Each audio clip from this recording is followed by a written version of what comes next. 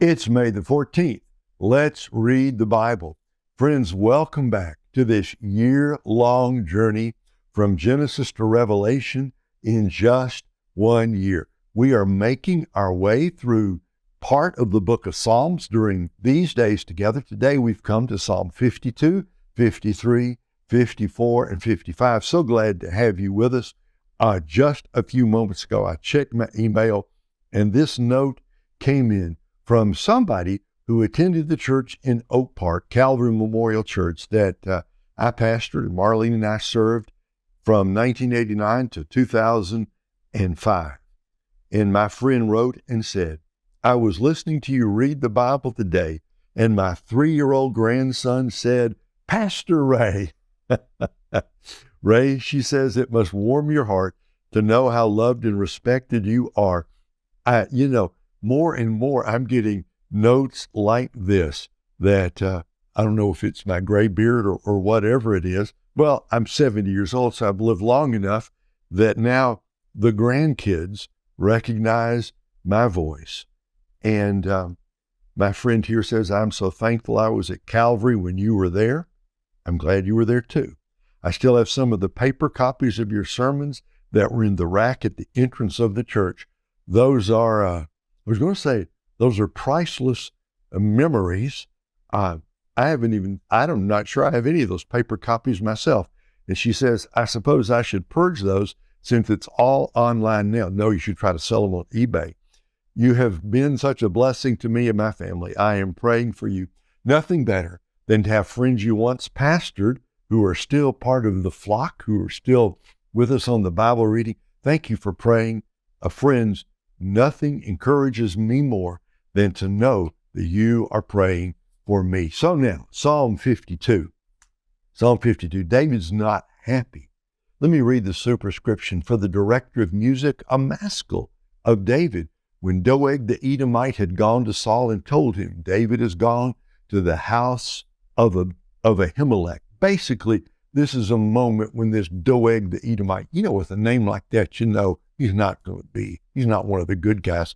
He sold out David, went to Saul and told Saul where David was. Why do you boast of evil, you mighty man? Why do you boast all day long? You who are a disgrace in the eyes of God, your tongue plots destruction.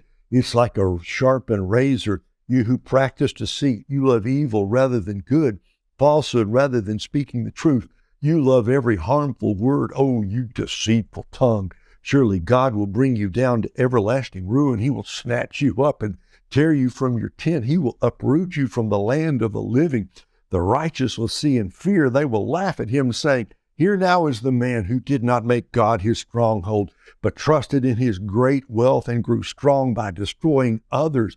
But I am like an olive tree flourishing in the house of God.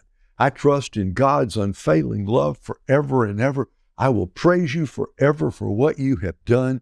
In your name I will hope, for your name is good. I will praise you in the presence of your saints. Psalm 53. For the director of music, according to Mahalath, a maskil. Most people think a maskil is something like a teaching song, a maskil of David.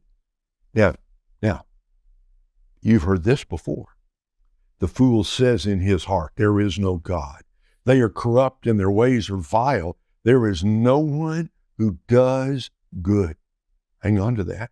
God looks down from heaven on the sons of men to see if there are any who understand and any who seek God. Everyone is turned away. They have together become corrupt, and there is no one who does good, not even one. Will the evildoers never learn? Those who devour my people as men eat bread and who do not call on God. There they were overwhelmed with dread. When there was nothing to dread, God scattered the bones of those who attacked you. You put them to shame, for God despised them. Oh, the salvation for Israel would come out of Zion. When God restores the fortunes of his people, let Jacob rejoice and Israel be glad. Now, if you look at Psalm 53, verse 3, when we get down there to the book of Romans, Paul's going to quote this verse, Psalm 53:3, going to quote it in Romans 3, and it's great case, the total sinfulness of the whole human race, everyone is turned away. There's no one who does good. No, not one. If you ever learn the Romans road plan of salvation, this is where it begins. There is no one who does good, not even one. Psalm 53 and Romans 3. Psalm 54 now. For the director of music with stringed instruments, a maskil of David, when the Ziphites had gone to Saul and said, is not David hiding among us? David, what do you think about that? Save me, O God, by your name. Vindicate me by your might. Hear my prayer, O God. Listen to the words of my mouth. Strangers are attacking me. Ruthless men seek my life, men without regard for God. Surely God is my help. The Lord is the one who sustains me. Let evil recoil on those who slander me. In your faithfulness, destroy them. I will sacrifice a freewill offering to you. I will praise your name, O Lord, for it is good. For he has delivered me from all my troubles, and my eyes have looked in triumph on my foes. David's been sold out, but he's trusting in God to deliver it. Psalm 55. For the director of music with stringed instruments, a maskil of David, listen to my prayer, O God. Do not ignore my plea. Hear me and answer me. My thoughts trouble me, and I am distraught at the voice of the enemy, at the stares of the wicked, for they bring down suffering upon me and revile me in their anger. My heart is in anguish within me. The terrors of death assail me. Fear and trembling have beset me. Horror has overwhelmed me. I said, oh, that I might have the wings of a dove. I would fly away and be at rest. I would flee far away and stay in the desert. I would hurry to my place of shelter, far from the tempest and storm. Confuse the wicked. O Lord, confound their speech. For I see violence and strife in the city. Day and night they prowl about on its walls. Malice and abuse are within it. Destructive forces are at work in the city. Threats and lies never leave its streets. If an enemy were insulting me, I could endure it. If a foe were raising himself against me, I could hide from him. But it is you, a man like myself, my companion, my close friend, with whom I once enjoyed sweet fellowship as we walked with the throng at the house of God.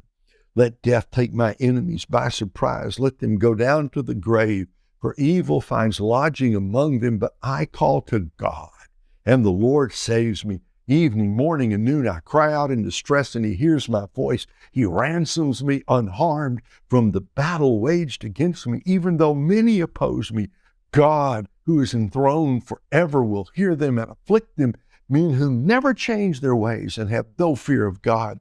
My companion attacks his friends. He violates his covenant. His speech is smooth as butter. Yet war is in his heart. His words are more soothing than oil. Yet they are drawn swords. Cast your cares on the Lord, and he will sustain you. He will never let the righteous fall. But you, O God, will bring down the wicked into the pit of corruption. Bloodthirsty and dirty men will not live out half their days. But as for me, I trust in you.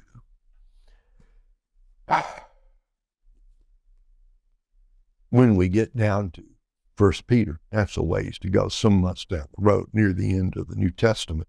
When we get to 1 Peter, we're going to remember this verse, won't we? Peter's going to say, casting all your cares on him, for he cares for you. And David's version is, cast your cares on the Lord, and he will sustain you. He will never let the righteous fall. Just a reminder. Faith is not a feeling. Faith is choice.